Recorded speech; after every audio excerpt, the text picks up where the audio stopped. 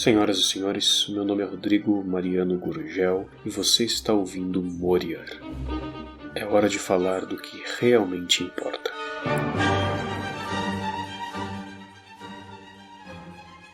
Senhoras e senhores, louvado seja nosso Senhor Jesus Cristo. Como estamos? Tudo bem? Todos felizes e contentes? Olha só, vamos ter uma conversa séria aqui, assim, logo de início, tá bom? Hoje, no áudio de hoje, na verdade é o áudio de amanhã, porque eu estou gravando na quinta-feira, segundo votação, tanto segundo a votação realizada no Instagram, quanto segundo a votação realizada entre os meus apoiadores, que tem direito, o voto deles tem mais peso, segundo a votação de ambos os grupos, eu deveria tratar do demônio da distração, que é um texto escrito pelo filósofo Wolfgang Schmidt. Tá? O texto ele é muito interessante. Tá? Não fala de um demônio de verdade, né? Bom, talvez seja, né? Mas não fala de um demônio em si, enquanto ser, né? Enquanto criatura angélica, mas fala de um problema, né? Um problema grave que afeta as pessoas, afeta a nossa sociedade, principalmente, e das consequências que esse problema apresenta para a nossa vida espiritual. O texto ele é extremamente interessante para todos, muito próximo de algumas reflexões que eu venho fazendo aqui e via texto, primeiro no Mural, né, depois no Substack e também ali no Instagram mesmo, desde o início do ano. E eu vou falar, tá? Eu vou falar desse texto com vocês em algum momento breve, talvez até semana que vem, mas não será hoje. Não será hoje, tá? Golinho de café. Não será hoje. Por quê? Porque hoje, o dia que eu gravo esse áudio é dia 21 de setembro de 2023. Hoje é o dia em que eu oficialmente começo a ficar ansioso para minha ordenação diaconal, que acontece daqui a um mês, dia 21 de outubro, na Diocese de Frederico Westphalen, na Catedral. É o dia assim que eu começo oficialmente a ficar nervoso pensando... Quer dizer, não nervoso, né? Mas tá batendo ali a realidade e a proximidade da coisa. E também por coincidência, eu me lembrei isso hoje à tarde. Inclusive eu me lembrei disso enquanto estava parado pensando no áudio sobre o texto do Wolfgang Schmidt. Hoje é aniversário de uma querida amiga com quem eu não tenho contato há já muitos anos. E eu comecei a pensar nisso, né, tanto nessas duas coisas, tanto na minha ordenação diaconal, quanto o próprio sacramento da ordem, e nessa amizade que não se desfez, mas se perdeu com os anos, outras que tiveram o mesmo fim. E essas coisas todas se uniram e deram a luz a esse áudio que vocês vão ouvir hoje. Um áudio um pouco diferente do costumeiro para vocês, do costumeiro para esse podcast, mas é o que temos para hoje, é o que vocês vão escutar, tá bom? Então, sem mais delongas, rezemos. Pelo sinal da Santa Cruz, livrai-nos Deus, nosso Senhor, de nossos inimigos. Em nome do Pai, do Filho e do Espírito Santo. Amém. Inspirai, Senhor, as nossas ações e ajudai-nos a realizá-las, para que em vós comece e para vós termine tudo aquilo que fizermos. Por Cristo, Senhor nosso. Amém. São Rafael Arnaiz, rogai por nós. Santa Úrsula, rogai por nós. Em nome do Pai, do Filho e do Espírito Santo. Amém. Bom, deixa eu tomar um gole de café e a gente já começa a conversar.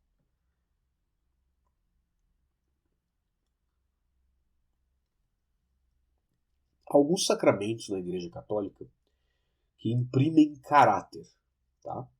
Eles imprimem caráter. Ou seja, o que isso significa? Significa que eles gravam na alma de quem os recebe uma marca indelével, ou seja, uma marca que nunca mais poderá ser tirada, mesmo que a pessoa se perca, mesmo que a pessoa se condene.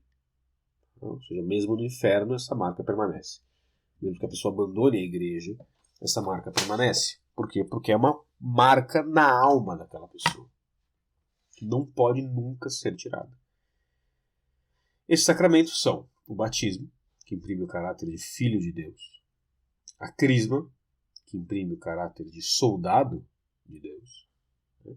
E o sacramento da ordem, que imprime o caráter de ministro de Deus. Tá? Ou seja, uma pessoa que é batizada, ela será um filho de Deus no céu ou no inferno. Uma pessoa que é crismada será um cristão maduro, será um soldado de Cristo no céu ou no inferno.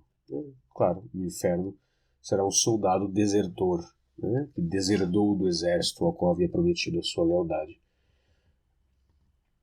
E é claro, um diácono, um padre, um bispo, serão ainda diáconos, padres e bispos, seja no céu, seja no inferno.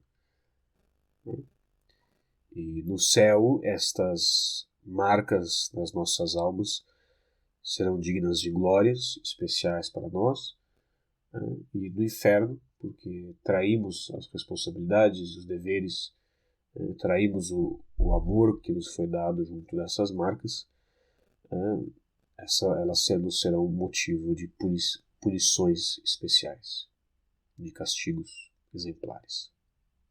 Tá? Essa marca ela não é só simbólica, tá? Ou seja, ela não é só um jeito de falar, mas ela realmente muda quem nós somos. Porque se o sacramento ele é bem recebido, se ele é recebido com as disposições corretas de amor a Deus, de serviço a Deus, de entrega à vontade de Deus, o sacramento muda quem você é. Por quê? Porque ele te permite se aproximar de ser realmente quem você verdadeiramente é. Tá? Eu sei que isso parece um pouco confuso, mas não é.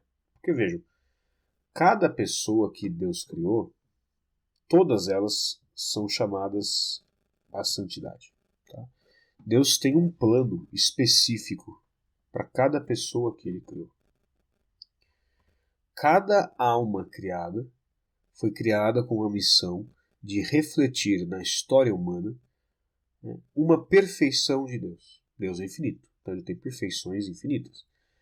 Cada alma foi incumbida de refletir na história dos homens uma perfeição de Deus que só aquela alma pode refletir. Ou seja, há uma faceta de Deus que só você que me escuta agora, só você pode apresentar aos seus irmãos, às suas irmãs, a todas as pessoas que você conhece e à história dos homens em geral, ao mundo em sua totalidade. Tá? E que se eu, frustrarmos a nossa vocação, ou seja, se nós ficarmos aquém daquilo que Deus pede de nós, se nós voluntariamente negarmos essa vocação à santidade, o que vai acontecer? Não só nós seremos privados do nosso prêmio eterno, não só nós seremos privados da felicidade perfeita, mas toda a história da humanidade será privada de conhecer esta faceta de Deus que era nossa responsabilidade incumbir. E essa faceta de Deus, ela se manifesta como? Ela se manifesta no nosso próprio ser. Ela se manifesta em quem nós realmente somos, nas pessoas que nós somos criados para ser, na nossa mais profunda essência. Ou seja, tornar-se santo, alcançar a plenitude da nossa vocação, é tornar-se quem se realmente é. Nietzsche detestava a igreja, detestava o cristianismo, mas ele tem aquela frase, né? Eu nem lembro o contexto, mas ele tem aquilo: torna-te quem tu és. E esta frase ela é verdadeira. Nós temos que nos tornar quem nós realmente somos. E quem nós realmente somos é a pessoa com quem Deus sonha desde a eternidade. É essa nossa essência profunda. E o crescimento na vida de oração, o crescimento na santidade, o crescimento na vida espiritual, o crescimento, em suma, no amor a Deus, o aperfeiçoamento no amor a Deus, ele é um processo de descoberta de quem nós realmente somos, e de permitir que Deus nos torne quem nós realmente somos, que Deus nos torne quem nós fomos criados para ser. E isso não se distancia de forma nenhuma, ao contrário, isso nos aproxima do que? Da descoberta da verdadeira felicidade, que só está em Deus e que só em Deus pode se encontrar. Tá? Ou seja, nós seremos felizes em Deus. O que isso quer dizer? Nós seremos felizes amando a Deus perfeitamente. O que isso quer dizer? Nós seremos felizes sendo santos. O que isso quer dizer? Que nós seremos felizes cumprindo a nossa vocação. E isso quer dizer o quê? Quer dizer que nós seremos felizes sendo quem nós realmente somos. Interessante, né? E essa questão da descoberta de quem nós realmente somos é uma coisa que, assim, que dá para falar, eu consigo falar, pelo menos, até por uma questão de experiência própria. Porque, bem, como a gente conversou uma vez já no primeiro áudio desse podcast, a minha conversão foi um pouco abrupta, né? Foi um pouco intensa. Foi uma coisa meio de 0 a 100 em 5 segundos, né? Então, acho que eu percebi mais do que a maioria dos convertidos por causa da intensidade do processo. Só um segundo, já continuo. Estou agora.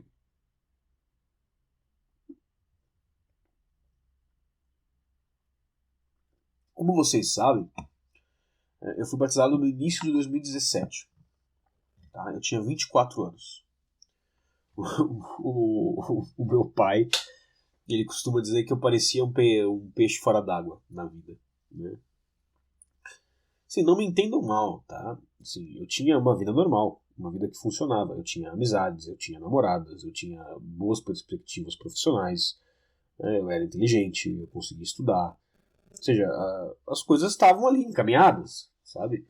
A parte, o desastre moral e espiritual, que é a vida de um pagão, estava tudo bem.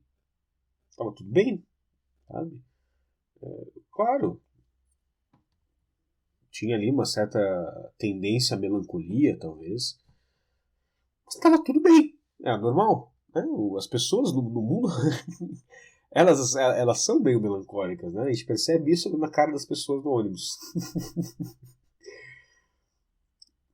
Estava tudo certo. Tá?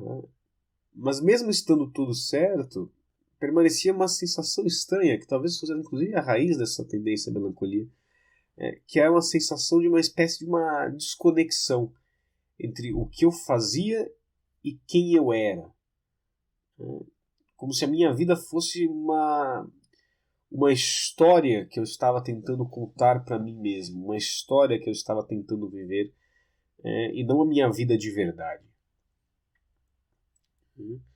Às vezes eu tinha uma sensação estranha de que eu estava representando um personagem, que eu estava cumprindo um papel, em que eu estava cumprindo obrigações, mas que nada daquilo que eu fazia tinha um peso existencial concreto, nada daquilo dizia respeito a quem eu realmente era. Tá? O que, com a graça de Deus, é uma sensação que eu não tenho mais hoje. Simplesmente não tenho. Quando eu fui batizado, eu também recebi a crisma e fiz a primeira comunhão. Tá? Tudo de uma vez, numa espécie assim, de imensa overdose do Espírito Santo. Então, assim, eu me converti, né, no final de 2016, dia 25 de dezembro de 2016, e eu fui batizado na Páscoa, em abril de 2017. Tá? Ou seja, foi muito rápido. E assim, depois do meu batismo, eu mudei drasticamente. Tá? drasticamente. Da noite pro dia, assim, da água pro vinho. Tá? Assim, exteriormente, acredito que a mudança talvez não tenha sido tão perceptível, nem tão rápida. Né? Porque, como, como em tudo, eu tenho uma espécie de um delay, né? As coisas que acontecem no meu mundo interior, elas têm um espaço, elas têm um certo delay ali de tempo para chegar no mundo exterior. Tem uma distância muito grande. E isso é uma coisa de temperamento, eu acho, inclusive. É coisa meio típica aí dos fleumáticos, acredito. Mas enfim, né? Eu mudei muito. E foi uma coisa absurda. Claro, isso se manifestou de forma concreta exteriormente, como por exemplo a minha timidez, que era em muitos casos assim paralisante, ela começou a desaparecer e em questão de poucos meses sumiu, tá? Uma série de outras questões, mas as principais mudanças, as mudanças mais intensas, foram internas. Foram coisas assim que são inclusive difíceis de se colocar em palavras com relação à forma como eu me colocava na minha própria vida. Né? A forma como eu enxergava e como eu sentia mesmo, qual era o peso existencial de estar vivo para mim. Né? Isso foi uma coisa que mudou completamente. Porque estar vivo e existir e viver a minha vida, ela tinha um peso, uma gravidade e uma responsabilidade, né? Como é bom que tenha, é certo que tenha, porque viver é uma coisa muito séria, né? Mas não era algo desgastante. Né? Por exemplo, fui colocado diante de questões com consequências seríssimas, né? Como a própria questão vocacional, que são decisões assim que, em termos de gravidade, eu nunca havia tido que tomar uma decisão com o mesmo peso semelhante antes. Mas, por outro lado, as coisas eram muito mais leves. Tudo tinha. Eu não vou dizer sentido, porque parece que eu estou fazendo uma apologia ali da logoterapia, mas não é isso. Mas realmente se encaixava. Né? A sensação era que eu subitamente não estava mais vivendo um papel, mas eu estava realmente vivendo a minha vida. Eu finalmente estava me tornando quem eu realmente era. E, bom, é claro, uma das consequências disso, uma das consequências, eu não vou dizer ruins, porque acho que são boas, mas uma das consequências menos agradáveis disso, foi que as coisas entre eu e meus amigos de antes, né, da minha vida prévia, por assim dizer, elas começaram a ficar um pouco estranhas. Né? Porque, bom, eu era outro cara, né? Eu não era mais o mesmo. A culpa não foi deles, quem mudou fui eu. Tá? E assim, eu nunca fui um sujeito com muitos amigos. Tá? Nunca fui um sujeito com muitos amigos. Mas, ao longo da minha vida, eu me aproximei de algumas pessoas. Né? Me aproximei de algumas pessoas. Nunca um número muito grande, mas eu tive alguns bons amigos antes de me converter. E os mais antigos são amigos que eu fiz ali quando eu tinha os meus 12 anos, né? Então pensem, são amizades que hoje seriam amizades de 20 anos já. Né? E essas eram especialmente três pessoas de contextos diferentes na minha vida, né? Uma moça com quem eu estudava na escola e um casal alguns poucos anos mais velho do que eu, né? E essa amizade foi sendo construída ali durante toda a minha vida, praticamente. Até que, de repente, depois, sei lá, faz 6 anos do meu batismo, então depois de 14 anos de amizade, o amigo deles subitamente é outro cara. Né? Imagina a confusão que isso causa na cabeça das pessoas. E, bem, tenho certeza que não ajuda o fato de que eu não fui eu não fui o recém-convertido mais tranquilo do mundo, né? Mais dócil do mundo. Inclusive é outra coisa que mudou. Porque porque eu sempre tive uma tendência muito grande à indiferença, e subitamente tinha uma coisa na minha vida sobre a qual eu não era indiferente. Né? Até porque, assim, eu tinha descoberto a coisa mais incrível da face da Terra. A novidade mais importante do mundo. Né? A coisa assim, mais importante da história do universo. Eu tinha descoberto Deus. Né? Deus existe, o céu existe, sim, é tudo verdade, a felicidade é possível. Entendeu? E assim, eu estava transbordando de um amor e de uma alegria que, e assim, eu não era que eu queria compartilhar isso com as pessoas, eu compartilharia com as pessoas querendo ou não, era quase assim, era uma reação física, de efervescência, daquele amor do daquele fogo, daquela paixão do recém-convertido por Deus. Né? Eu queria compartilhar isso com todos, e assim, bom, eu queria compartilhar isso mesmo com aqueles que não queriam saber.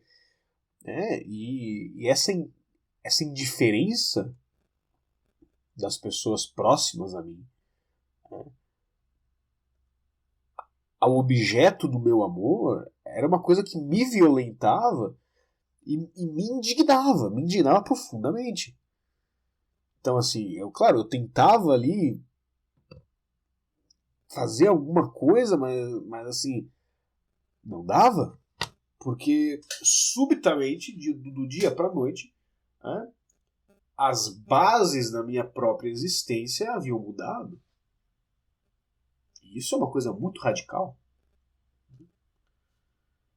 E a indiferença das pessoas, aquilo, não só me indignava, como me indigna ainda.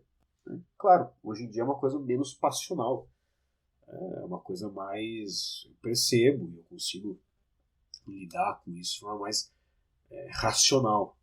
Mas na época não.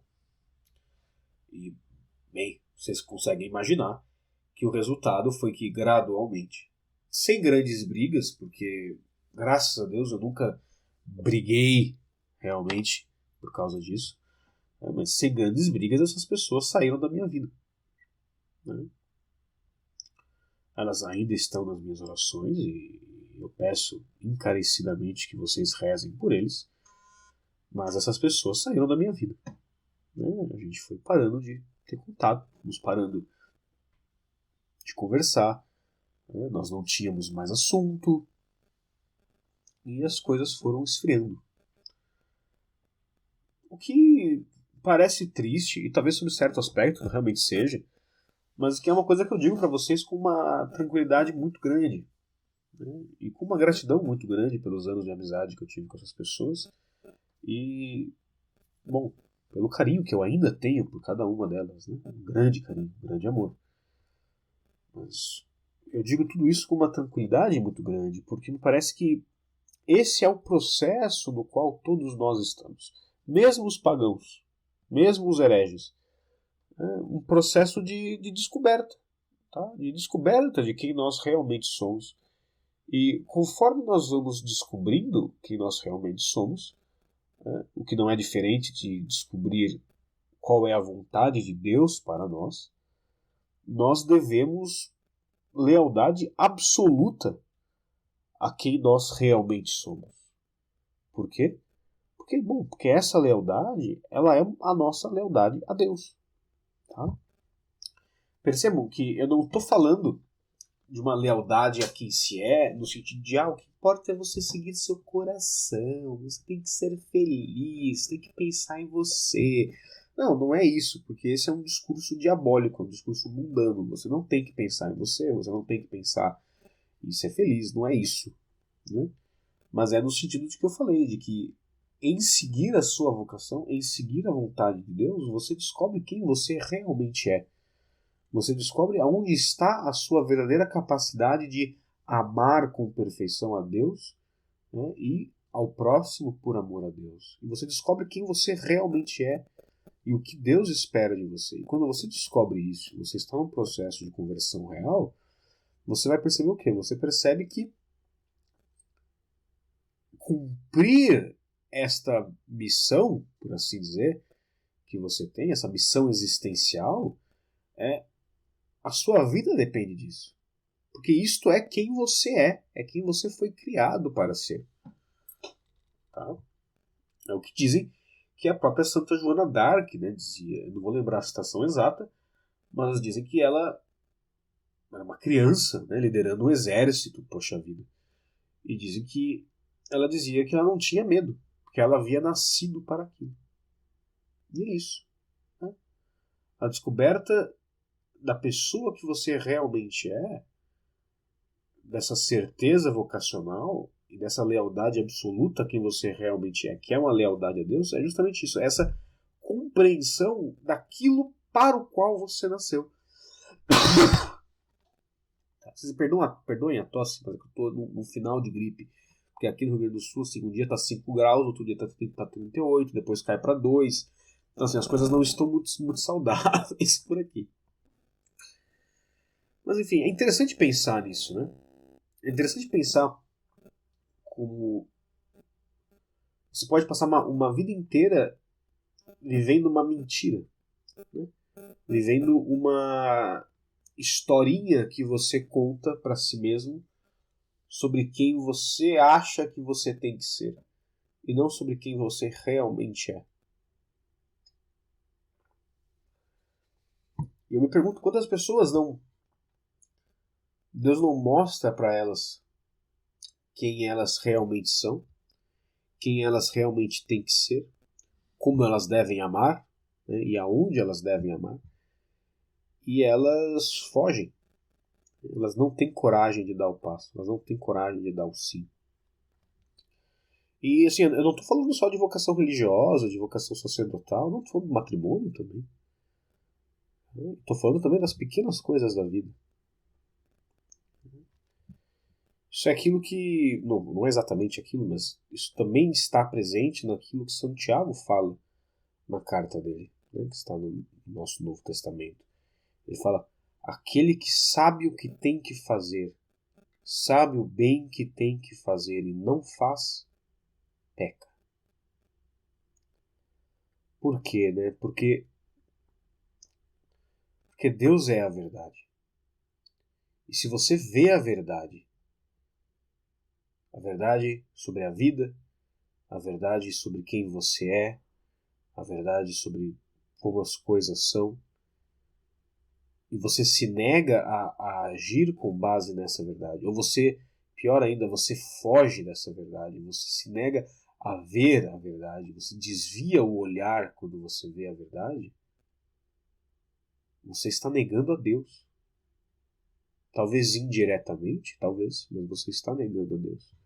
Porque Cristo diz, eu sou o caminho, a verdade e a vida.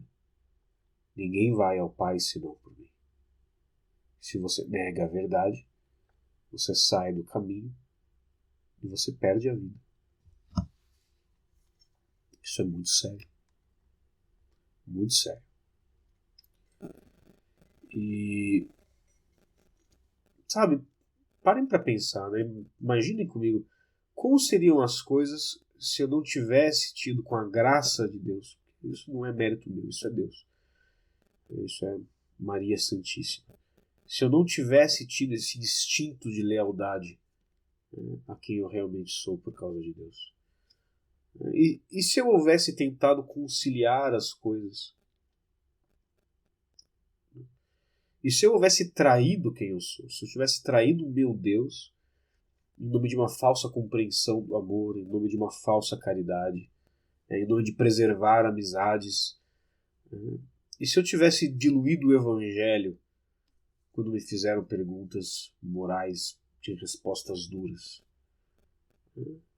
Se eu tivesse mentido? Se eu tivesse disfarçado?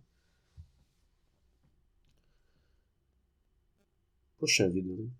Será que isso eu teria feito bem para alguém?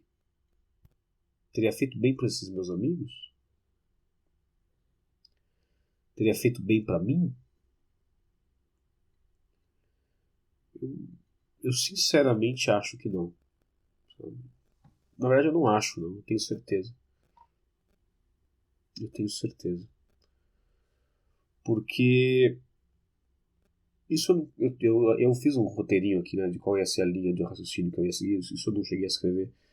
Mas me parece que, mesmo que eu nunca mais volte a conversar com essas 3 pessoas, né? Mesmo que eu nunca mais volte a conversar com eles, a vê-los, que a gente nunca mais se sente para bater um papo, o que pode muito bem acontecer, né? Porque Deus é Deus, Deus faz o que quer, como quer, né? E Ele sabe das coisas, nós não. Mesmo que eu nunca mais veja essas pessoas, me parece que a última coisa que eu deixei para eles foi um testemunho vivo de entrega, né? Um testemunho vivo de convicção, um testemunho vivo de fidelidade, né? De lealdade, de fidelidade à verdade, de fidelidade, em última instância, a Deus por meio de uma fidelidade a quem eu sou, né? E não sei, eu não quero soar vaidoso, né? Mas deixar de falar para não soar vaidoso já é ser vaidoso. Então eu vou falar da mesma forma. Isso é uma coisa que está rara no mundo hoje em dia, né? Pessoas capazes e com coragem de ser radicalmente leais a Deus. Bem, eu traio a Deus todos os dias, tá? Não pensem que não traio, porque traio várias vezes, todos os dias. Por isso que eu me confesso. Mas nesse ponto eu recebi uma graça muito grande de não tê-lo traído nisso. Vai saber, sabe? Isso pode mover com os corações das pessoas. Isso pode mover os corações das pessoas. Espero que sim. Que isso ajude a abrir alguma porta, né? Daqui a alguns anos, quando Deus resolver chamar essas pessoas para a sua igreja. Se é que já não chama agora, vai saber. Agora em outubro, então, no dia 21, eu vou receber mais um sacramento que imprime caráter. Vou receber o terceiro. Eu vou receber o primeiro grau do sacramento da ordem, que vai iniciar na minha alma um processo de maior configuração a Cristo sacerdote. Vai me capacitar para o ministério, vai me dar uma injeção extra da graça, né? E vai me inclinar não dá, né? E vai me inclinar ainda mais para o serviço dos meus irmãos e irmãs como diácono. Porque diácono vem do grego e quer dizer literalmente servo, ou aquele que serve. O ministério do diaconato é isso, é um ministério de serviço. Então, como mais um sacramento que imprime caráter, eu me pergunto o que vai mudar, sabe? Porque, como eu disse no início do áudio, eu estou começando a ficar ansioso. Sim, estou. Sim, estou. Mas eu estou principalmente muito curioso com tudo que vem pela frente, sabe? Porque se Deus me mudou e me transformou como Ele me transformou por meio do batismo, por meio da crisma, por meio da ação do Espírito Santo na minha vida, se Deus me fez tão feliz como eu sou agora, se Deus me ensinou a amar como eu consigo amar agora, e assim, já disse isso outras vezes, não sei se no podcast, mas uma das coisas mais impressionantes que me marcaram depois da minha conversão foi que eu percebi que eu nunca tinha amado ninguém na minha vida, sabe? Eu percebi que eu nunca tinha amado ninguém. Eu percebi que eu não sabia o que era amor, eu percebi que toda vez que eu tinha achado que amava alguém, tinha sido um grande engano, uma grande mentira, porque não era amor. Eu fui descobrir o que era amor depois que eu me converti, depois que eu me entreguei ao nosso Senhor Jesus Cristo. E não só por amor a Ele, mas também eu fui descobrir o que é amar as pessoas, né? Eu fui descobrir o que é uma amizade de verdade. Sabe? Eu fui descobrir o que é realmente amor. Tudo isso depois de, pela graça de Deus, ter sido incorporado ao corpo místico de nosso Senhor Jesus Cristo, por meio do batismo, e pela graça santificante, pela virtude da caridade, ter sido me tornado participante da natureza divina, capaz de amar sobrenaturalmente, e por consequência, então, pela virtude da fé, que é uma virtude intelectual, capaz de entender as realidades sobrenaturais também. Mas se ele fez tudo isso em mim até agora, eu me pergunto o que mais que ele tem planejado, sabe? Porque eu sou muito novo, gente.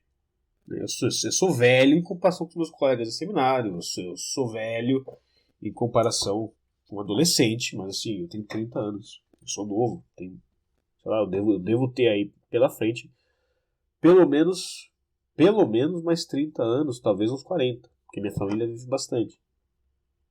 Então assim, o que mais ele tem planejado? Sabe? Quais são as transformações que virão? O que é que ele vai querer fazer através de mim? Porque eu já entreguei a minha vida para ele quando eu me batizei, quando eu fui batizado. Eu já disse sim. E eu já disse um sim irrestrito. Mas agora, com o primeiro grau do sacramento da ordem, eu vou me entregar como um servo oficialmente, como um ministro dele. Eu vou virar para ele e eu vou falar: eis-me aqui. Sabe? Eu vou prometer castidade. Eu vou prometer obediência ao meu bispo. Eu vou fazer um voto de pobreza. Eu vou entregar minha vida oficialmente. Oficialmente. Dia 21 de outubro é o dia do meu casamento. Uma coisa que não volta mais. Dia 21 de outubro pode não ser o sacerdócio ainda, mas com a recepção do sacramento da ordem, dia 21 de outubro é o primeiro dia do resto da minha vida. E assim, eu mal posso esperar para ver tudo aquilo que Deus pretende. Sabe? Não é uma curiosidade inquieta, mas é uma espera amorosa, um pouco ansiosa, porque Deus capricha. Maria capricha. Né? Deus faz caprichado e Maria capricha ainda mais na hora de entregar para a gente. Então, assim, nós vamos ver o que Deus vai fazer. Nós vamos ver. E Deus queira, Deus me ajude. Conto com as orações de vocês para que eu seja sempre fiel a Ele. Tá? Eu seja sempre fiel a tudo que Ele espera. E eu peço encarecidamente que vocês rezem. Tá? Peço que rezem por mim hoje. Né? Peço que rezem para mim no dia 21 de outubro. Peço que rezem por mim sempre. Tá? Para que eu permaneça fiel ao que Nosso Senhor pede de mim. Que eu permaneça cada vez mais fiel. Cada vez mais atento. Para que eu perceba o que é que Ele me pede a cada dia. A cada novo dia. Tá? E rezem também, por favor, pelos meus amigos. Pelos amigos que eu deixei pelo caminho. Vamos chamá-los de Guilherme e Gabriela, o casal, e de Margarida, a menina. Rezem para que eles também estejam atentos. E rezem para que, quando Deus iluminar a inteligência deles e eles virem, porque eles vão ver, porque Deus faz isso com todos. E eles virem qual é o caminho que eles têm que seguir quando chegar a hora deles darem o sim deles na intimidade secreta de seu coração. Quando chegar a hora deles darem o sim deles, que eles tenham a coragem de dar o sim, que tenham coragem de seguir a verdade. Rezem para que eles se convertam, para que sejam muito, muito felizes. E rezem também uns pelos outros, por todas as pessoas, para que nós tenhamos sempre a coragem de ser fiéis. Amém. Em nome do Pai, do Filho e do Espírito Santo. Amém.